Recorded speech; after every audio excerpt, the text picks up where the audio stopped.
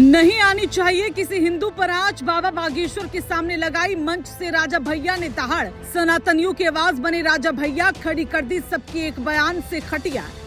योगी जैसे बोली राजा भैया ने भी बात, हिंदुओं के बंटने और कटने पर दिया सबके सामने बड़ा जवाब। यूपी की सियासत में फिर से सनातनियों का उठा मुद्दा, हिंदुओं की आवाज बने राजा भैया।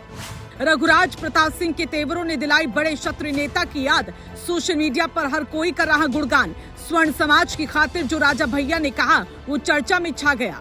जी हाँ, हिंदू बटेगा तो कटेगा और अगर एकजुट रहेगा तो सुरक्षित रहेगा। यही वो लाइन है जिसने उत्तर प्रदेश की सियासत में पहले भी हलचल मचाई थी और अब उसी अंदाज में राजा भैया ने भी मंच से वही संदेश दोहराकर नया राजनीतिक तापमान बढ़ा दिया है। प्रयागराज में बाबा बागेश्वर के दरबार से जब उनकी आवाज गूंजी तो साफ दिखा कि ये सिर्फ धार्मिक मंच नहीं रहा बल्कि सियासी संदेश का बड़ा केंद्र बन गया है।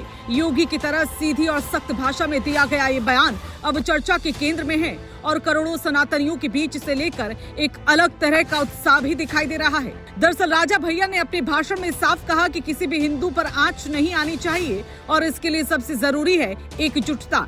उन्होंने ये भी जोड़ा कि जब समाज बट जाता है तो उसकी ताकत कमजोर हो जाती है और यही वजह है कि कई बार हालात ऐसे बनते हैं जहां विरोध की घटनाएं सामने आती है।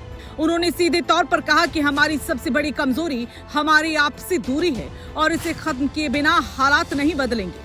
यही वजह है कि उन्होंने मंच से बार बार एक ही बात दोहराई कि अब समय आ गया जब हर सनातनी को अपनी पहचान और अपने अस्तित्व के लिए एकजुट होना होगा।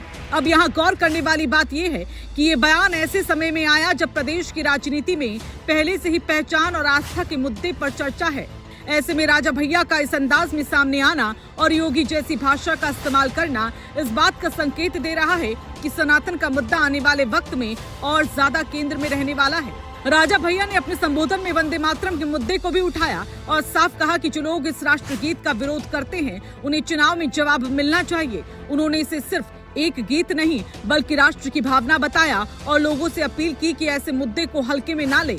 यही नहीं, उन्होंने तिलक और कलावे का जिक्र करते हुए कहा कि अगर आप सनातनी हैं तो आपकी पहचान भी वैसे ही दिखनी चाहिए। ये बयान एक सांस्कृतिक संदेश के साथ साथ एक राजनीतिक संकेत भी माना जा रहा है जिसने समर्थकों के बीच जोश भर दिया। इस पूरे घटनाक्रम को ध्यान से देखें तो राजा भैया का ये बयान सिर्फ मंच तक सीमित नहीं रहा बल्कि सोशल मीडिया पर तेजी से वायरल हो गया है। लोग इसे अलग अलग नजरिए से देख रहे हैं, लेकिन एक बात साफ है कि इस बयान ने बहस को जरूर छेड़ दिया। राजनीतिक जानकारों का मानना है कि इस तरह के बयान सीधे उस वर्ग को प्रभावित करते हैं जो खुद को सांस्कृतिक और धार्मिक पहचान से जोड़कर देखते हैं। खासकर उत्तर प्रदेश जैसे राज्य में जहां सामाजिक समीकरण बेहद अहम होते हैं, वहां इस तरह की भाषा और संदेश का असर दूर तक जा सकता है। यही वजह है कि राजा भैया के इस तेवर को कई लोग एक बड़े सियासी संकेत के तौर पर देख रहे हैं। अब सवाल यही है कि क्या राजा भैया की ये दहाड़ सिर्फ एक मंच तक सीमित रहेगी या फिर आने वाले समय में ये एक बड़े राजनीतिक एजेंडे का हिस्सा बनेगी, क्योंकि जिस तरह से उन्होंने एकजुटता और पहचान की बात को उठाया है वो सीधे समाज के बड़े हिस्से को जोड़ने की कोशिश है। फिलहाल इतना तय है कि बागेश्वर बाबा की मंच से निकली ये आवाज अब सियासत में नई बहस को जन्म दे चुकी है और अगर यही रफ्तार बनी रही तो आने वाले समय में इसका असर और भी बड़ा देखने को मिल सकता है।